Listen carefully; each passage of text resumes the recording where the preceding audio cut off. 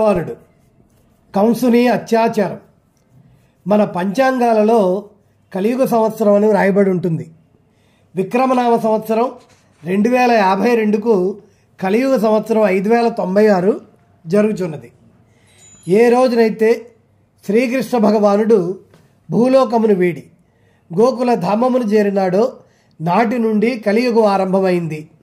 భగవానుడు శ్రీకృష్ణావతారమునెత్తి సుమారుగా 5000 సంవత్సరముల పైనే అయినది.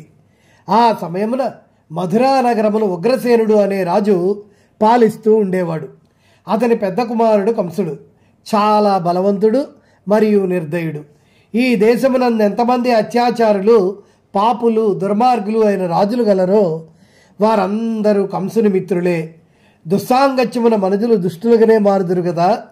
ఎంతయో ధర్మాత్ముడైన ఉగ్రసేనుని కుమారుడు కంసుని సహవాస దోషమున అధర్ముడై అన్యాయానికి ప్రతిరూపమైనాడు. దేవకుడు ఉగ్రసేనుని సోదరుడు. అతని చిన్న కుమార్తె దేవకి. ఆమె వివాహము వసుదేవునితో ఎంతో వైభవంగా జరిగినది. కంసుడు తన పినతండ్రి కుమార్తె అయిన దేవకీదేవిని ఎంతగానో ప్రేమించేవాడు.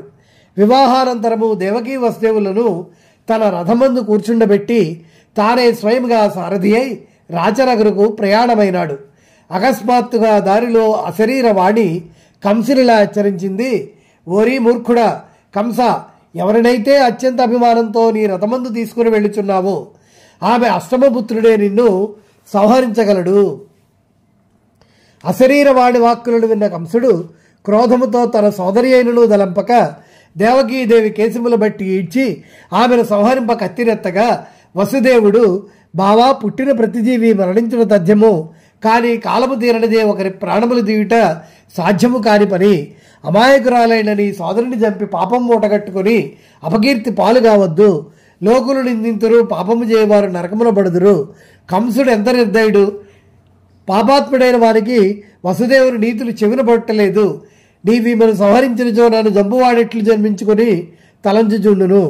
వసుదేవుడు ఎంత బోధించినను కంసుడు వినటలేదు. అయినా వసుదేవుడు, బావా, నీ సోదరి నిరపరాధి. ఆమె వల్ల నీకు ఎలాంటి భయము లేదు. నీకేదైనా అపాయము సంభవించినది ఆమె సంతానం వల్ల కదా. వారిని నీకు సమర్పించును. ఈమెను విడిచిపుచ్చుమని ప్రార్థించను. కంసుడు వసుదేవుని మాటలు విశ్వసించి స్వగృహము చేరడు. వసుదేవుడు తన ప్రథమ సంతానము జన్మించగానే కంసుని వద్దకు చేర్చెను. తన సంతానమును తామే స్వయంగా ఒక నిర్దయుడు పాపాత్ముడైన వారి చేతుల్లో వధించుడికే అప్పజెప్పి వచ్చుట చాలా బాధాకరము, దుఃఖకరము. కానీ వసుదేవుడు తన వాగ్దానాన్ని నిలబెట్టుకున్నట్టుకై ఈ దుఃఖాన్ని కూడా సహించెను. సత్పురుషులు తమ సత్యసంధతకై ఎలాంటి కష్టాలనైనా సహిస్తారు కదా. కంసుడు వసుదేవుని ప్రథమ సంతానమును చంపక విడిచిపుచ్చెను.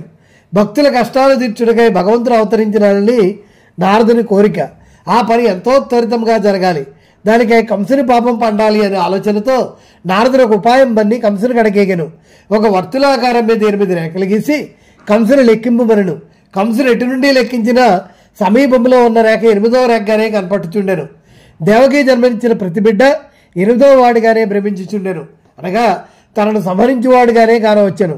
వెంటనే తాను స్వయంగా దేవకీ వసుదేవుల గృహానికేగి వారి ప్రథమ సంతానమును రాతి మీద వేసి చంపెను. ఎచ్చటినైనను పారిపోతున్న భయంతో దేవకీ వసుదేవులు బందీలుగా చేసెను. అంతేగాక తన తండ్రి అయిన ఉగ్రసేన మహారాజును బలవంతంగా కారాగృహమున వైచి మధురకు తానే రాజు అయ్యెను. దేవకీ వసుదేవులు 6 పుత్రులను సంహరించెను.